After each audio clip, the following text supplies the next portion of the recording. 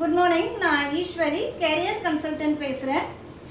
இப்போ நம்ம plus two முடிச்சுட்டு என்னென்ன எக்ஸாம்ஸ் எழுதி நம்ம என்ன கோர்ஸ் ஜாயின் பண்ணணும் அப்படின்றது சிட்டியில் இருக்கிற பசங்களுக்கு நிறைய விஷயங்கள் தெரியுது.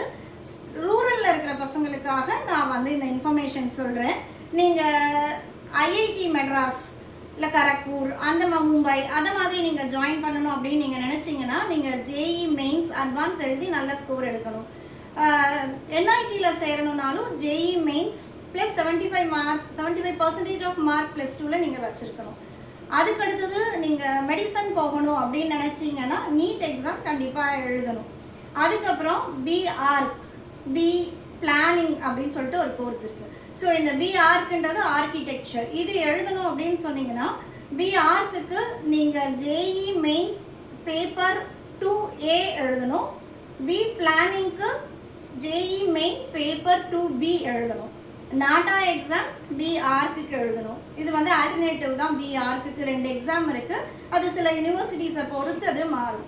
எந்த எக்ஸாம் எழுதணுன்றதை நான் அடுத்த வீடியோவில் நான் உங்களுக்கு சொல்கிறேன். உங்களுக்கு ஏதாவது பர்சனலாக டீட்டெயில்ஸ் வேணும்னா நீங்கள் கமெண்ட் பாக்ஸில் கமெண்ட் பண்ணுங்கள். நான் உங்களுக்கு அடுத்த வீடியோவில் நான் உங்களுக்கு ரிப்ளை பண்ணுறேன். தேங்க்ஸ் ஃபார் வாட்சிங்.